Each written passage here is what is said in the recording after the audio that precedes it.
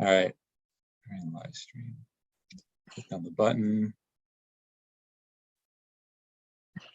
Assalamu alaikum wa rahmatullahi wa barakatuhu. Sorry for the technical difficulties, but I'm very pleased to have, again, on Islam for Europeans, this is the second time being here, Sheikh Ismail Kamdar. How are you doing in South Africa, Sheikh Ismail? Alhamdulillah. Wa alaikum salam. I'm happy to be here. And yeah, alhamdulillah, things are good. Summer is starting this side, so our weather is getting a bit more warmer, alhamdulillah. And winter starting on our side. So I think it's about like 7 degrees here, and soon it'll be 0 and -5 and -10. So I'm waiting for that. Yeah, I'm lucky where I live that we don't get real winter. It's like our summer is hot and our winter is warm to slightly cool. I assume all the like sporting events occur in the winter because of that, or? Yeah, we have sporting events throughout the year. Oh, yeah. Cool! Very nice, very nice. Yeah. Thank you so much for coming on, Sheikh Ismail. So for those who don't know, Sheikh Ismail works for Yaqeen Institute. He has several Islamic self-help courses, but what we're going to talk about today is his wonderful History of Islam online course, which I bought a couple of months ago, and it's absolutely fantastic. It's very user-friendly. He has a series of lectures on the whole course of Islamic history over the last 1400 years, covering everything from the life of the Prophet, peace be upon him, to the Ottoman Empire, to contemporary times. So I just wanted to ask you, Sheikh Ismail, how did you want to make this course different from like the average everyday Islamic course on Islamic history for, you know, like I guess new young audiences? Like what was your main intention of, like, you know, giving this, you know, like these series of lectures to the youth? Yeah, okay, alhamdulillah. So this actually was an extension of something I've been doing for a long time, right? Back in my 20s, I used to teach Islamic history at IOU, at the International Open University. And my students enjoyed my way of teaching Islamic history. And there was no resource I found online for the average person where they could just get the entire history in a very accessible manner, you know, in one package. And one of the things that happened for me was my kids were studying Islamic history at school, and it was extremely boring. Like they had to memorize these dates and memorize these names, and you know, they were doing it through an online school, but I wasn't happy with it. And the more I'm speaking to young people, I found that this was common throughout the world, that people assume that Islamic history is boring. But it's not history that's boring, it's the teacher that's boring, or the methodology of teaching. And people like my way of teaching history. So what happened was, during the pandemic, locked in the house all day, bored, have a lot of spare time. So I decided to just sit down and record a course, right? Every Saturday for 10 months, I sat and I recorded videos covering the entire history of Islam. The idea was to make it presentable, to make it understandable, to be straightforward, to be clear about both the highs and lows, and to extract lessons for people. I wanted to be one course where you could find everything from the time of Rasulullah sallallahu alaihi wasallam right up to today.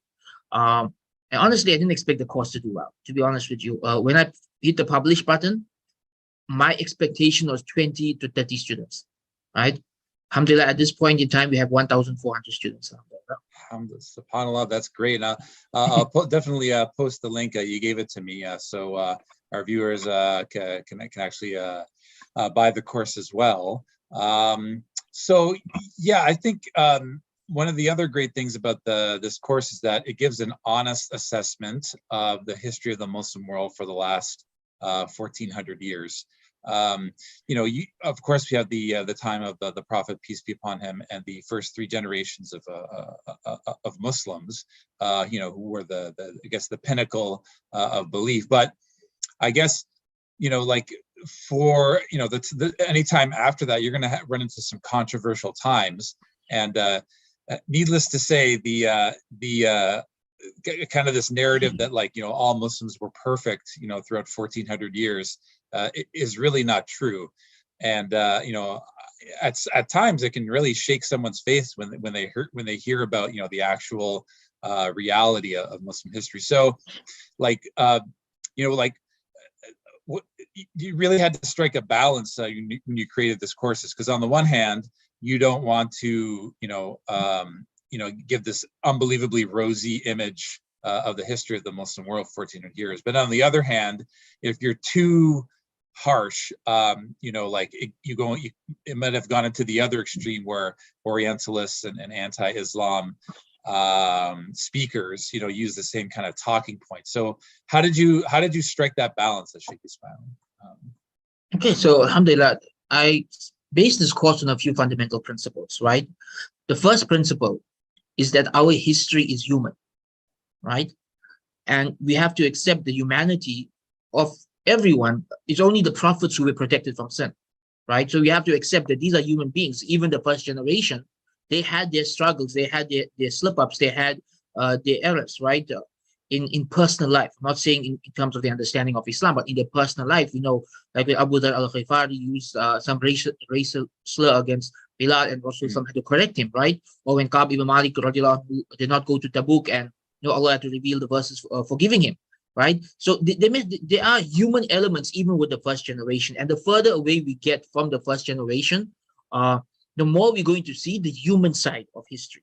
So I made it very clear from the beginning that our history is a human history, and a human history is going to be full of flaws. There's going to be ups, there's going to be downs. There are people who at times will pass the test of life, and at times they may slip up.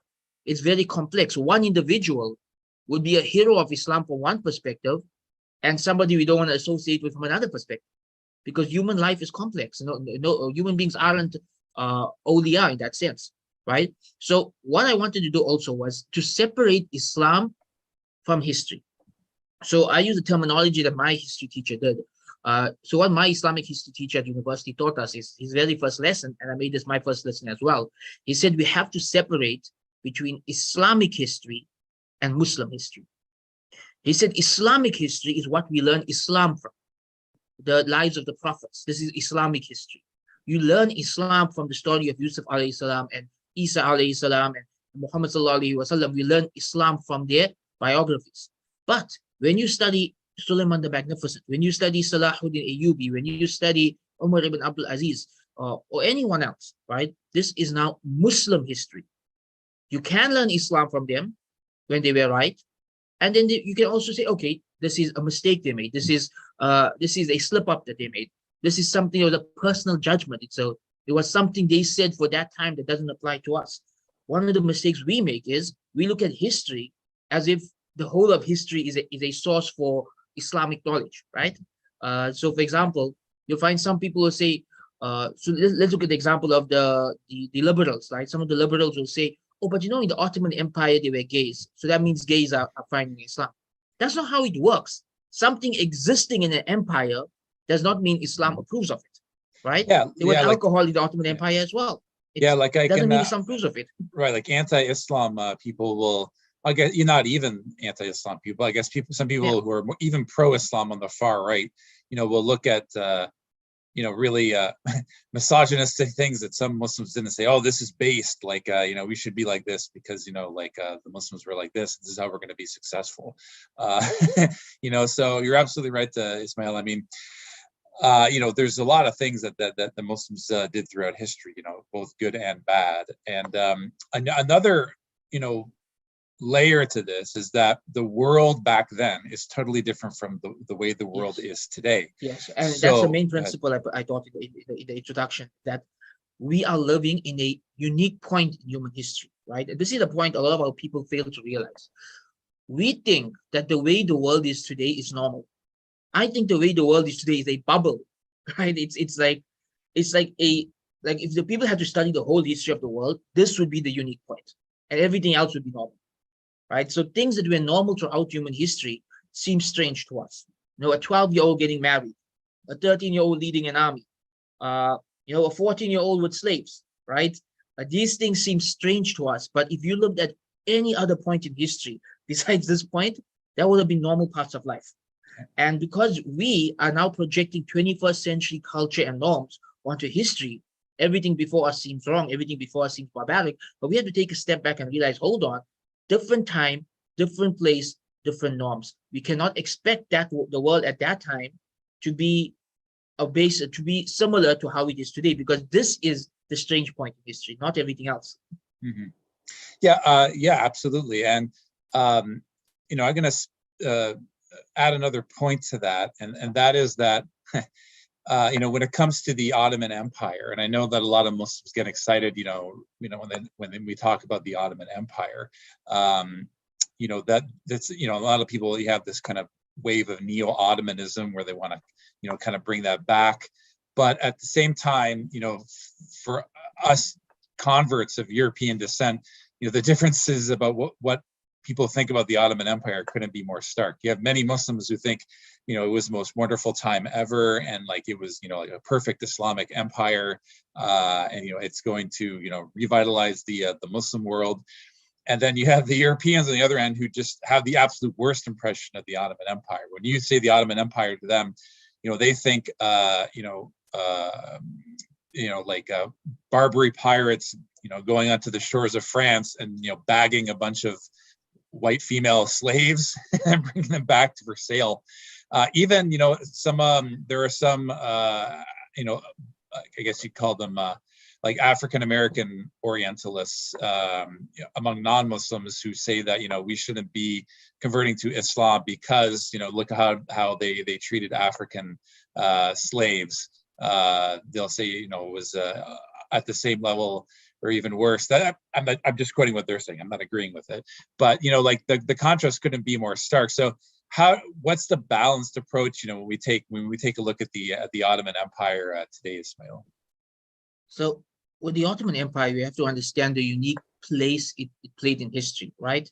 The earlier empires, the Abbasids, the Umayyads, they were Arabs, and they were primarily in the Arab lands, right? That's where their base of operation was. The Ottomans were literally the border of Europe and Asia. Like they literally were the dividing mark between Europe and Asia. And they were amalgamation of both cultures. And they, for example, defeated the final Byzantium Empire. They destroyed the Byzantium Empire. They pushed back the Crusaders. They conquered the Balkans. They conquered Greece. They conquered a lot of very European lands, right? So you have to understand that when we look at the Ottoman Empire, we look at it from this position of glory. These are Muslims who ruled the mighty empire. But now if you're coming from a European country, you're looking at these as outside forces who invaded our lands in the past. Yeah. Right? And you have to understand both perspectives. As a Muslim, even as a Muslim convert, one has to understand that in Islam, we don't really have a problem with the idea of conquest. This is a difficult point in history for people to digest, that this is just the way the world was for the bulk of history. There were no set borders. If you weren't conquering, you were being conquered. That's how the world was. Yeah. Like if you look at the starting of the Ottoman Empire, they were nomads, right? They were traveling and moving from place to place. They were forced into forming a city and forming walls and forming a boundary. Otherwise, they had been devoured by either the Mongols or the Crusaders. And they start pushing back, and taking over more and more lands until they grow into this empire. So again, history is complex, and each country is going to have a different historical connection to the Ottoman Empire. The way someone from Greece views the Ottomans will be very different from how someone in Istanbul views the Ottomans, because the history of the empire in that land is very different. And also the way it's been propagated in their school system. Like I know the Greek school system has a lot of propaganda against the Ottoman Empire, right? Some of it is true, some of it is completely false, right? But if you're growing up in that school and that's what you've been taught, then naturally you are going to be averse to this history.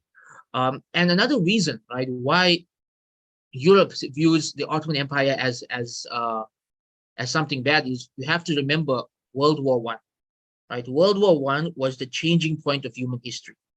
And World War I had two sides. Europe was on one side, the Ottoman Empire was on the other side. And had the other side won, the history of the past 100 years would have been completely different. The only reason we don't have an Ottoman Empire today is because they lost World War I, right? And the Europeans know this. They know very well history would have been very different. And they never forgot that these were their enemies in World War I, right? And these were the people who they fought, or people alive today, their grandfathers. I mean, it's not that long ago. Their own grandfathers fought the Ottoman Empire. In my case, my own forefathers fought on the side of the Ottoman Empire. So two very different histories that people haven't forgotten yet. So you can understand why there'd be tension and why uh, people from one side of the world would view it differently than from people on the other side of the world. For us, it's our last glorious empire. So we miss that times when Muslims were powerful. Uh, and for people on the other side, it's a enemy of the past that they don't want to see resurfacing. Yeah. Yeah, that makes it very complicated. Like one way I look at it is that, one could argue that at every single point in history, peoples of the world at one point were completely against Islam, until their descendants converted, and then they were part of the Muslim Ummah. So like when you look at anywhere from the Quraysh to the Persians, even the Afghans, you always had people who were against Islam and people who were for Islam. So non-Muslims, Europeans should be no different. You would think that you would have this natural progression where people would just convert to Islam, out of sincere faith, and that's no different from any other point in history up until today. I mean, even in the Muslim world, you have people who are maybe Muslim on paper, but that support like oppressive governments that oppress the Muslims themselves. So it's really I take that's kind of my take on it, that Islam has always been this a way of life and a deen where you're always going to have people who are against it, no matter what society you belong to. It's not to say that it's just one civilization against another is too simplistic, I think. But that's when it comes to like this kind of like discourse, that we see in the media today, it's sadly kind of like an us versus them thing. I'm going to talk about something a little bit different, Ismail. I read I don't know if you've read Thomas Walker Arnold's The Spread of Islam in the World. Have you read that book recently or no? No, I haven't read it. No. Yeah, it's a pretty interesting book. He actually studied in Aligarh. Like he lived in India during the Raj, but he worked for Muslims. He was around Muslims a lot. I want to call him an Orientalist just because he was so immersed in the Muslim world. There's we don't know if he actually converted to Islam at the end or not, but he wrote this book in the late 1800s detailing how Islam spread at like the local levels. Like he wasn't talking about rulers and stuff. He just talked about how people converted to Islam, and most of it was done by missionary work. And it's really fascinating because when you look at different Muslim populations in Europe, there was no distinction between the Christians and the Muslims in terms of the culture. For example, in Crete, the Greek island, used to be half Muslim and half Christian, but you could not tell the difference culture-wise between Cretan Muslims and Cretan Christians. They wore the same clothes, they ate the same food, they all spoke Greek. And this is an island that's only a couple hundred miles away from the Ottoman Empire. In fact, when the Ottoman Pashas went to Crete, they had to translate any type of communications from Turkish into Greek because everyone still spoke Greek there. So back then, it was all about Christians and Muslims at each other's throats, basically. But when you look at Muslim populations in Europe, they were still, for the most part, ethnic Europeans. Like even in Andalus, the vast majority of Muslims in Andalus were not Arabs, but actually native Spaniards and Portuguese who had converted, and then their descendants had converted to Islam. So I think nowadays I guess the rhetoric against Islam is not so much against the religion per se, although there's an element among the right that's against specifically Islam. I think part of it is people feel that Islam they're losing their culture. So how do we kind of get this idea across, but in a historically accurate way, Ismail? Like, what do you think about kind of looking at not like the rulers and everything, and because it was a lot to cover in your Islam course, like just the day-to-day lives of people living in those parts of the Muslim world. Like, what's your take on that? So when you're studying history, you'll find that most of the books focus only on political history, right? So just the empires. where you're going to find details on the day-to-day life is more in the diaries and journals. Three of them I read that have been translated into English. The most famous is Ibn Battuta, right? But there's two others that are not as popular, but probably even more detailed about the day-to-day life of people would be, I think is Ibn Jubair of Spain, Andalusia. Like he lived in Spain around the time where the empire was crumbling, right? And Olia Chalebi of the Ottoman Empire. So these were three travelers who basically spent their lives traveling, and they had a diary where they detailed their journey. So, like for example, Olia Chalebi's travel. I don't know if you've heard of it or read it, but what's fascinating about it is that uh, he would detail for every town that he visited the culture, the strange cultural practices that was unique to that town, some of the sins that were popular in that town. And if the town spoke a different language from him, he would actually write in his journal what are the swearing words of that town. So if somebody swears, he knows that they're swearing him. Right? And so you get to see the different cultures of every Muslim town and village from reading his journal, and you get to see how human it was. That these were not people living a normal life. Every culture was unique, and this is one of the beautiful things about Islam is that not only do different countries have different cultures, but you can really have different neighborhoods with different cultures, and it's all fine as long as it falls within the broad umbrella of what is halal. We see this especially with Ibn Battuta when he travels to India, when he travels to North Africa. He gives a very detailed account of how the day-to-day lives of people were and how different it was from where he lived. But he does this with China as well. Right? He travels to China, which was not a Muslim land, and he meets a few Muslims that were living there, and he explains what life was like for them at that time. So this is where you're going to find these kind of details is in studying these kind of journals and these kind of books that don't focus on political history. Now, obviously, if you're buying a book called History of Islam or Islamic History or History of the Muslim World, it's all going to be politics, right? It's going to be wars and empires and things like that. You want to look for something different. Another book, which my personal favorite book about the lives of Muslims in the empire, is a book called Civilization of Fate by Dr. Mustafa As-Sibai. I don't know if you've read that book. I've heard of it. It's a beautiful book. I got to read it. What that book does is it details some of the culture, the infrastructure, and the accomplishments of the Muslim world. Like, what was it like to live in a Muslim world? It describes the libraries, the schools, the universities, the hospitals, the animal shelters. He describes like these aspects of life in the Muslim empire in a lot of details, a lot of evidence, and it is honestly one of the most beautiful books I've ever read. I read it like 3 times already because I loved it so much. It's just a very different perspective from what we are accustomed to. That we're just used to learning about the wars and battles, but to learn about how the libraries were, what the Awqaf system was like, what the orphanages were like, the fact that they had animal shelters for old horses. You know, when the horse is too old to use, they had like a place where you can retire. Right? They had homes for street cats. So cats didn't have to live out in the streets. They had a place where they could stay, run by walk-offs. You know, these aspects of the day-to-day life, we just don't know about it. But it's there. It's available in the books. It's just you have to find the right books to find it. And when you do, you learn a lot about how beautiful and diverse the Muslim cultures were, and what life was actually like on a day-to-day basis in Muslim lands. The Ibn Battuta book, is that available in English? Yeah, that was one of the first books to be translated to English. It's definitely available. Yeah. What's the name of it again? It's called The Travels of Ibn Battuta. Travels of Ibn Battuta. Okay, yeah, I'll definitely look it up. Yeah, all 4 books I mentioned have been translated to English, right? The Travels of Ibn Battuta, The Travels of Ibn Jubair, The Travels of Awliya Chalebi, and Civilization of Fate. All of them have been translated to English. Yeah.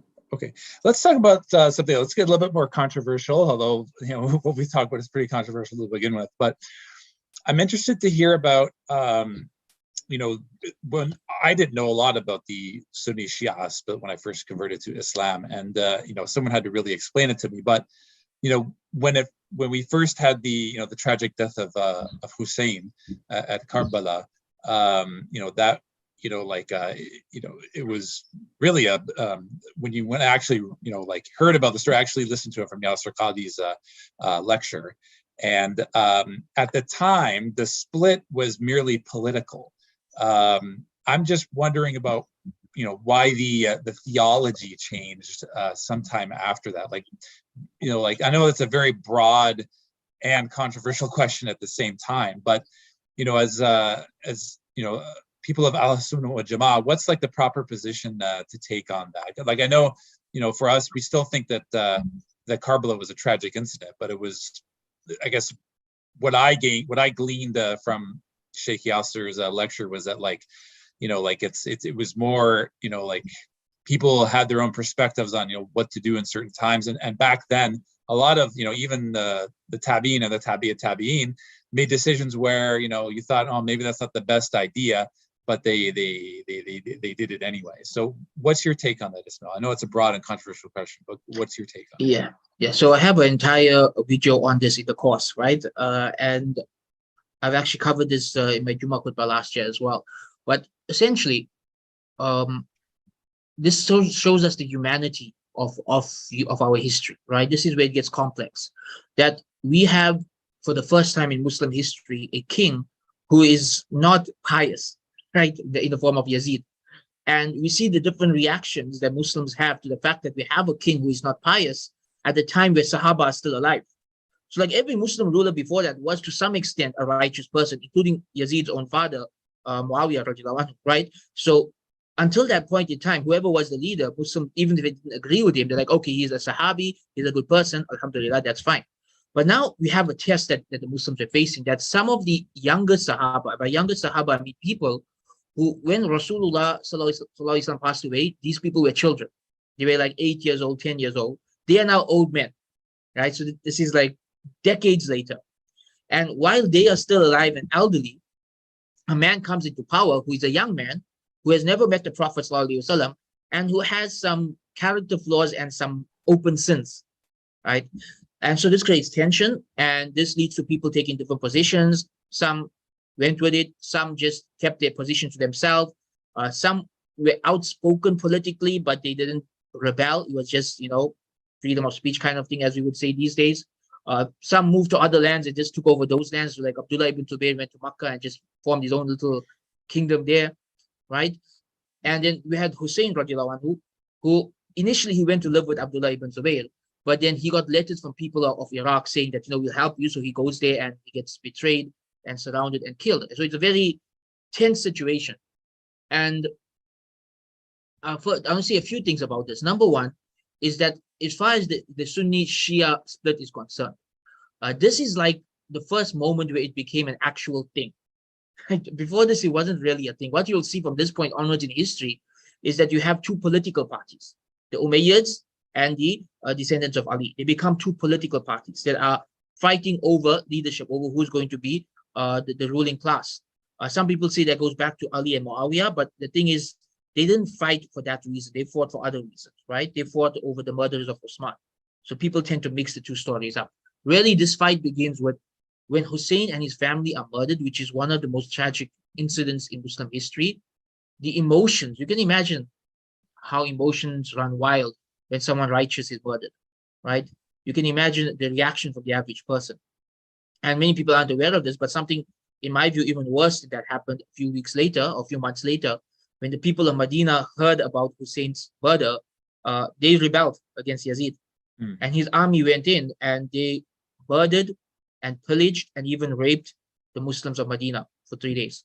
Wow. Right? Wow. This is called, I think it's called the tragedy of Hara.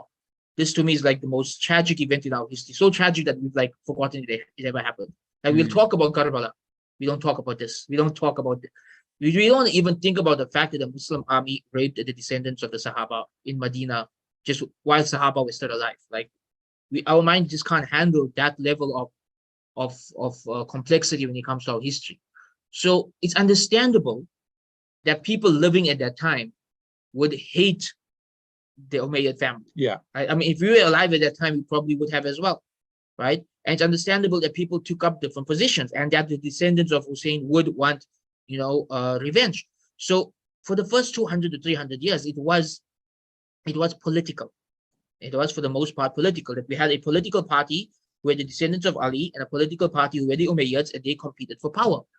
But what you will find over time is that when a group is like cut off from mainstream Islam, they end up developing their own beliefs. I see. This has happened over and over and over again, right? It happened with the Khawarij. It happened with the Mu'tazilites. It happens today. Like if a group of Muslims are isolated in a region, they got like in some new country or some village somewhere, they end up developing their own beliefs. So at that time, the supporters of Ali became very isolated from the rest of the Muslim world. Uh, they formed an allegiance with the Abbasids to defeat the Umayyads on the condition that the Abbasids would put them in power, but then the Abbasids betrayed them and they became the next empire, right? So they get completely sidelined and they are like cut off. So the people who are supporting Ali, with each generation, they're getting more fanatical about it. Right. It started off as political support. 500 years later, it's like elevating his status of him and his descendants to a level that is beyond acceptable, right? And at some point, this became a way of rallying support. Like if you want the zealous village people to get riled up and to support you and to take over a city, you want to build a belief system that's going to get them riled up. I see. Right? Yeah. So if you're going to say that this belonged to Ali and his descendants, and these people are usurpers of the throne and we have to take it back, you are more likely people are going to jump on your side and go to war for you than if you're just a competing political party. Right? So these beliefs evolved over time. They didn't come about in one generation. You'll find with each generation more and more beliefs like this sneaking in until 200 to 300 years after the time of the Prophet ﷺ, there's very distinct beliefs that are known as Shia beliefs and very distinct beliefs known as Sunni beliefs. But it never happened overnight or even in one generation. It's like with each generation, more and more beliefs are piling up. Mm-hmm. It's fascinating. And, wow, you can kind of see the progression, how, division in the Ummah, like over time, like creates, these sort of, beliefs that are completely out.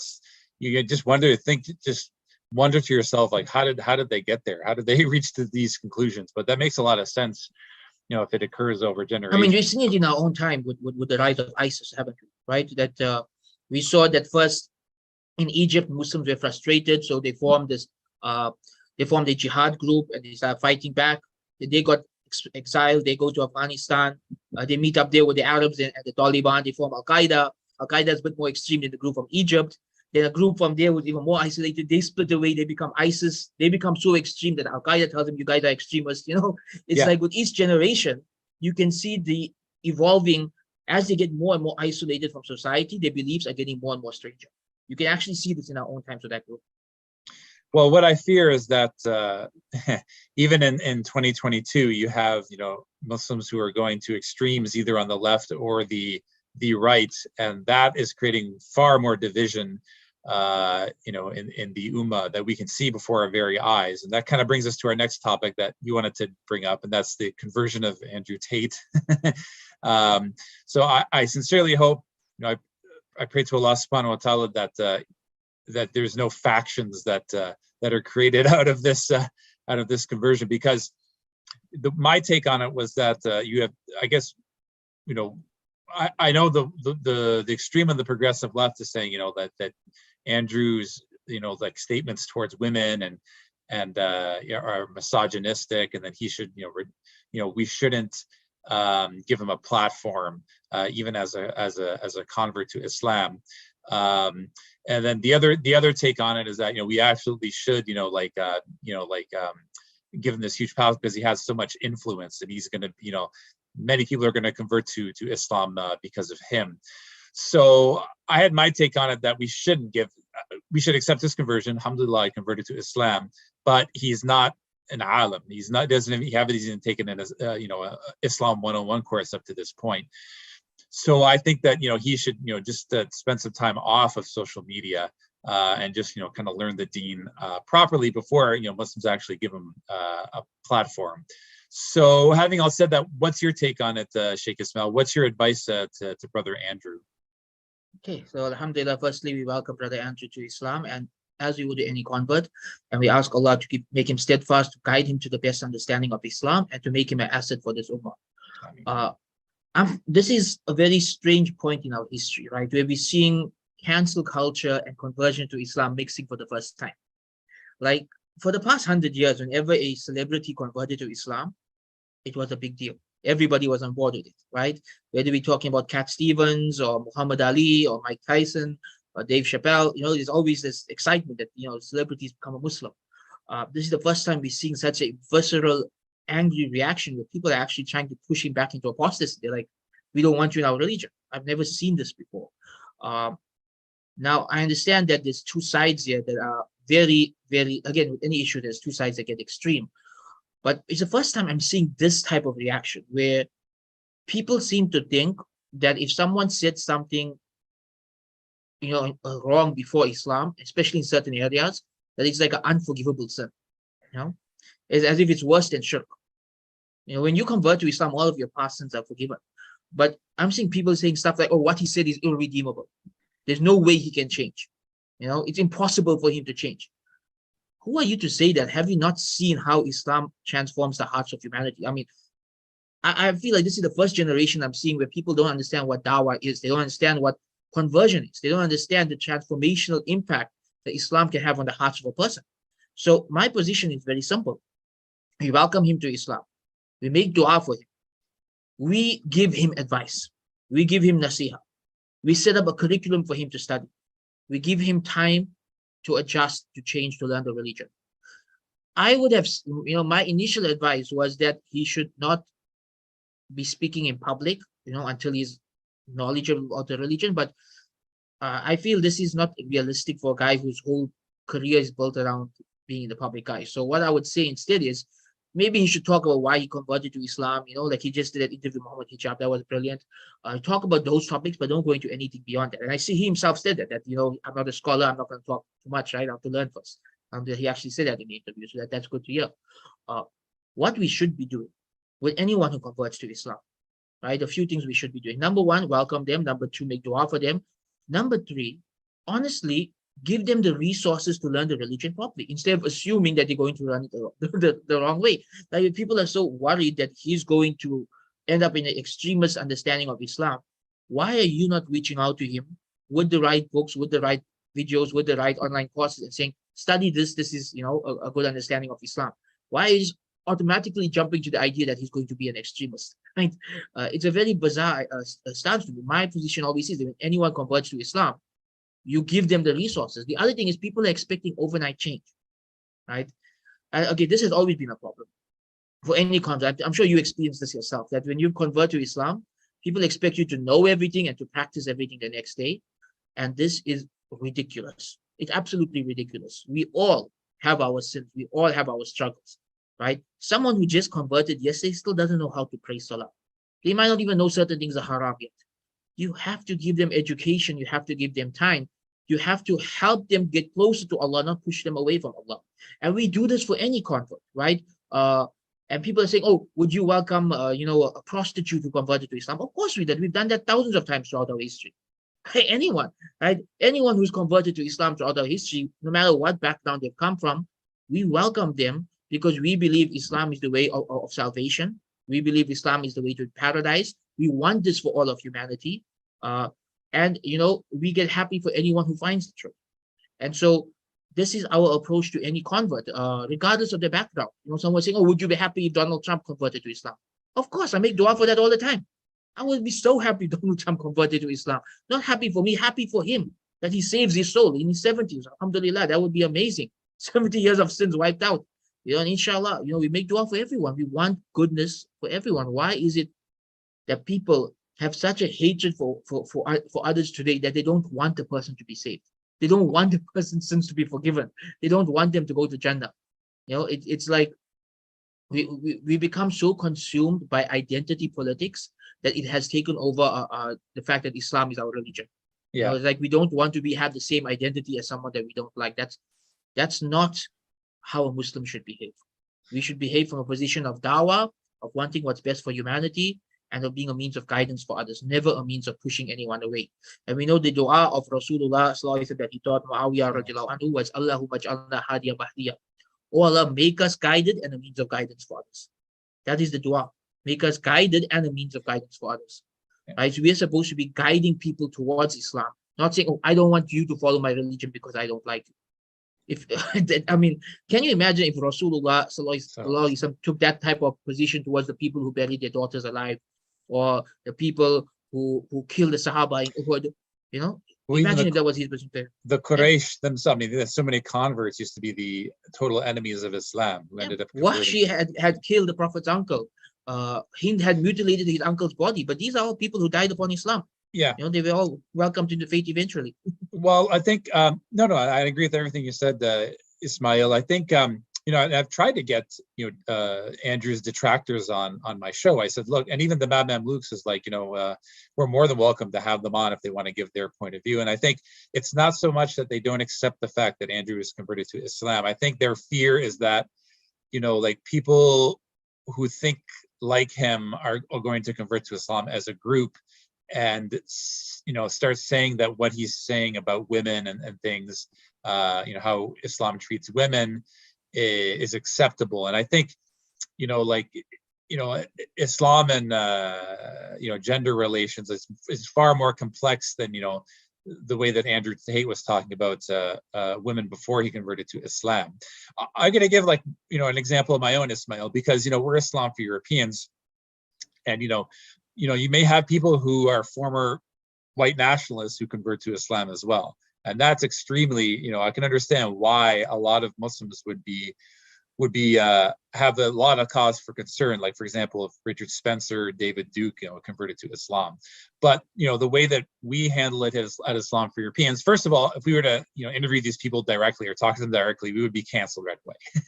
But I mean, that's why we sent out our declaration, which you can read on our website, that lays it out very clear that we do not support Muslims being oppressed either in the non-Muslim world, in the Western world, or in Muslim lands as well. Nor do we support non-Muslims being oppressed or abused as well. So we're very clear on that. We want to make it clear that this is what we support, and it's in line with the Quran and Sunnah. But for Andrew, it's a little bit different because he's only one person. Like, you talked about, in our last podcast, the Zulus who converted to Islam as a group. They had like a crew around them where they could, show that, the Zulu culture is adaptable to Islam, but then it needs to be seen at the group level. But what do you do about someone like Andrew, where he's just kind of like, he's a billionaire and, he's got his own crew and everything. I think, what you said is true, that he needs Islamic education and he needs to stay off social media. But I think that's one piece of the puzzle. But I think also on top of that is having a crew of Muslims who are around him who can be a good influence. Because I think, your standard mosque goer in Bucharest, Romania is not going to be able to hang with Andrew Tate. So yeah. What do you think about that, Ismail? I know he has Tam Khan on his side, but I mean, do you think he needs to have more people who are Muslim who are kind of like on the same level as him to hang out with him? That's a very good point. And I've actually been thinking about that all week, that how do we get him into good company, right? Because if people are worried that he's going to bring some of his Jahiliyyah into Islam, the solution to that is he converted, get him good teachers, get him good company. Within 2 or 3 years, his views will be reformed to be in line with Quran and Sunnah, right? And if you're still angry once he's preaching Quran and Sunnah, then the problem's not with him, the problem is with you. Because some people are on the other extreme, right? There are people on the other extreme when it comes to these issues as well. So how do we get him to get good company? I mean, maybe you and I may not have influence in this area, but someone who does should find ways, like, for example, maybe other MMA fights, maybe someone like Khabib will be a good influence on him. To get him into contact with people like that, get him into contact with other Muslim sports personalities, Muslim entrepreneurs who are multimillionaires. I think that's one of the main reasons he's in Dubai at the moment, right? Meeting those kind of Muslims, because what they will show him, I think one of the most important things he needs to learn, and that he can learn from a Muslim multimillionaire, is how to live an Islamic lifestyle while wealthy, right? Without flaunting that wealth. The importance of zakah and awqaf and sadaqah and humility. That you can't learn from a book. That you have to learn from your friends. You have to learn from being around people like that. I think that might be the biggest adjustment for him as he grows into Islam, is learning the Islamic lifestyle of a wealthy person. That we don't show off our wealth. We don't flaunt it. So I'm hoping that those are the kind of people he meets. I'm hoping that's the kind of message he learns. I don't know if you and I have the ability to reach out to him and help him. I'm trying to find a way. I realize, through networking, I'm always 1 or 2 degrees of separation away from everybody. So I'm Yeah. just trying to find the shortest, chain to him so I can get in contact and help him. But those who are in contact with him, like Muhammad Hijab and them, I hope that they are putting him in contact with such people. He himself said earlier today in his podcast that uh, you are the 5 people you are closest to, right? That their personalities affect you. So I hope he said that himself. I hope he realizes that also includes his understanding of Islam will be based on the 5 Muslims he spends the most time with. So definitely, it's a unique challenge because most people I know who convert to Islam don't come from wealthy backgrounds, right? Yeah. That's a very very unique position to come from today. Yeah. But even giving him the biographies of other people like Muhammad Ali, maybe get him to read Muhammad Ali's biography, see what he did with his wealth. I mean, he spent his wealth fi sabilillah, building up centers all over the US. These can be things that could be inspirational for him. Uh, by the end of the day, this is a problem that those who are close to him will have to solve. It's definitely a real problem. I think people who are born Muslim, we take a lot of things for granted. We don't realize the challenges that come with being a convert. Yeah, and it's a unique set of challenges, and we as converts don't understand the challenges of born Muslims many times. I mean, they're totally different situations. I mean, there's some overlap, but that doesn't mean that we can't support one another. I just think that these tasks need to be a bit more specialized. Like like sometimes they'll take the convert to Islam at a mosque and say, oh, you need to lead our community now, or he'll take it upon himself to say, this is what the Muslim community needs to do, and it ends up being cringe because he really doesn't understand this perspective of born Muslims living in the West. But if I really believe converts need to be in the beginning students and followers. Right? When you've converted to Islam, you have to be a student and a follower, and you need to be humble about it. Now, inshallah, some converts, alhamdulillah, we've seen from Hamza Yusuf to Dr. Bilal Phillips to Imam Saraj Wahaj, some converts go on to become ulama, alhamdulillah, right? That is possible, but the journey takes a long time, right? We're talking people who converted in the 60s, were ulama by the 90s. Well, yeah, a lot of people never ever reach that. I mean, it's only a thin slice of converts who end up making it to that level. But it is possible. But people now expect, the problem is people expect a convert to have that level of knowledge within a year. It's like ridiculous, the expectations some people have. Yeah, I think, like for religious, Muslims who are from a born Muslim background, they see their own societies and they lament the fact that all of their community members are not practicing to the level that they should be, and they have every right to feel sad about that. But I think it's kind of this like hockey dad mentality where they get this new convert and they think if the West converts to Islam en masse, like they're all going to be super pious, which I don't think is true. I mean, I think if we converted to Islam in groups and these barriers are removed to actually convert to Islam, you would see a range of different levels of religiousness that would be equal just as to, you see amongst the born Muslims, or similar to born Muslims. That's exactly what I'm saying. Yeah. I mean, look at even the converts we know today, Dave Chappelle, Mike Tyson, they're not pious, but alhamdulillah, they're Muslim. At least they have Tawheed, they have Iman, right? And, if you die upon Iman, you can make dua to Allah to forgive them for their sins. I mean, being on that level is still better than rejecting the message when you know it is true. Yeah. And Dave, was very smart about it. When Dave Letterman asked Dave Chappelle, like, are you a Muslim? Dave Chappelle's like, yes, but I'm not good at it. Yeah. And that level of honesty and humility is something that's praiseworthy. It is something that's praiseworthy. Yeah, absolutely. So, so this was a great conversation. I'm so sorry it started late. Ismail, is there anything else you wanted to talk about in regards to your work or the course? Where can people find your History of Islam course? People can buy it. So the History of Islam course, you'll find it on my website, islamicselfhelp.com. It's one of the first things you'll see on the website. I think you shared the link to it as well, right? The other thing I wanted to share is I am starting a new website, actually launching it next week, called Izzah Academy, right? And this website will focus on reviving the correct teachings on masculinity and femininity as per Quran and Sunnah, and helping people learn about marriage and parenting. So the goal of Izzah Academy will be for teaching people, or rather reviving Muslim families, right? Getting rid of this whole negative culture that the younger generation have towards marriage and towards the opposite gender. and to just I want to see loving, happy Muslim homes again, to be the norm once again. So I'm starting something. It's very small at the moment. It's going to be a blog and videos in the beginning. Over time, maybe inshallah, it will go into something special. But the idea is I wanted a platform to work towards this goal. So this is going to be separate from Islamic self-help. Islamic self-help is about personal development, is about growing into the best version of yourself or using Islamic principles. Isa Academy will be about relationships. How do you be a manly man? How do you be a womanly woman? How do you make marriages work? How do you have a loving marriage? How do you be a great parent? How do you have a loving home? These will be the topics that will focus on. So it's two separate projects, inshallah.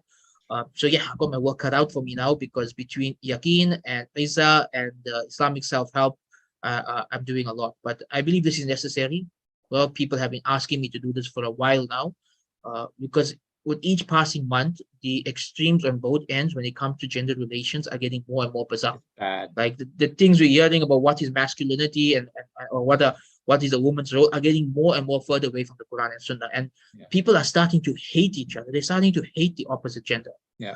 And that's completely un-Islamic, right? The Quran is very clear that Muslim men and Muslim women are awliya to each other, that we are each other's allies, that men and women are supposed to care about each other and love each other and work together. We're not seeing this anymore. We're seeing I hate all men. We're seeing I hate all women. How are you ever going to have a family? Like if someone hates all men, how are they ever going to get married and have a loving relationship with a husband? Same with a man who hates all women. How is he ever going to marry a woman and have a loving relationship with her? So these divisions are scaring me. They're worrying me. I'm worried about the next generation's attitude towards marriage. I believe a bit of education is necessary to bring people towards a balanced understanding. Our goal, inshallah, would be to revive the Muslim families and to have happy, loving homes where the men do the role that the Quran and Sunnah has prescribed for them, and the women do as well. And everyone's happy and everyone has good marriages. But again, there's something new. I'm probably starting it soon. I just have one blog post out at the moment, and starting it slowly, quietly, and see where it goes from there. So inshallah, let's make dua that my projects are successful. I mean, inshallah, it'll be successful, Sheikh Ismail. I released a video a couple of months ago on why European Muslim women are not watching Islam for Europeans, and up until now, our viewership has been almost exclusively male. And it's been very tough getting out, because Islam has such strict rules on gender separation. Like at least for born Muslims, they still have, family members of the opposite gender or community members of the opposite gender that they can communicate with through the grapevine. But for us converts, like there's absolutely no even communication. So it's almost like, it's almost impossible to get something like this off the ground. But it must be difficult for born Muslims too, just because I see, so like you said, such hate between men and women, Muslim men and women online. I'm just thinking to myself, how are these people going to get married and have a stable family? It just boggles my mind. That's the same thing that boggles my mind with these kids. It's like, do they even realize, when you say you hate all members of the opposite gender, that's your dad, that's your siblings, if you have a dad and siblings, or, that's your mom, like the vulgar things coming out from both sides, it's scary. And I believe this can be solved within a generation, right? Just with the right resources, the right teachers, the right platforms. I think this can be solved within one generation. The mistake came about within one generation. That's a whole nother story to go into, right? But it can be solved within one generation. And this is going to be a humble effort towards trying to do so, inshallah. Yeah. Inshallah. Sheikh Ismail Kamdar, thank you so much for coming on. Sorry about the technical difficulties, but I'm glad we got it off the road. And please subscribe to Islam for Europeans, like and subscribe to our channel. Also check out Sheikh Ismail's History of Islam course. He's offering $10 off. Is that correct? Yeah, $10 off if you use the link below to try it. Yeah. Okay, wonderful. And I've been watching it as well. It's very user friendly. Like I just like to pop it on, and you don't have to worry about, it's very, you just click on a link and you can choose any lecture you like. If you want to, look at like the Ottomans or the Umayyads or the life of the Prophet Sallallahu Alaihi Wasallam, it's all there for you whenever you want. Okay, that's it. This was our first successful episode of Beef, Bacon, and Eggs. If you know anyone else who wants to come on for an interview, it's Saturdays after Fajr, Eastern Standard Time at 7 a.m. But I'm your host, Robert, at Islam for Europeans. Thank you very much, Sheikh Ismail, for coming on. Assalamu alaikum wa rahmatullahi wa barakatuhu. Wa alaikum assalam.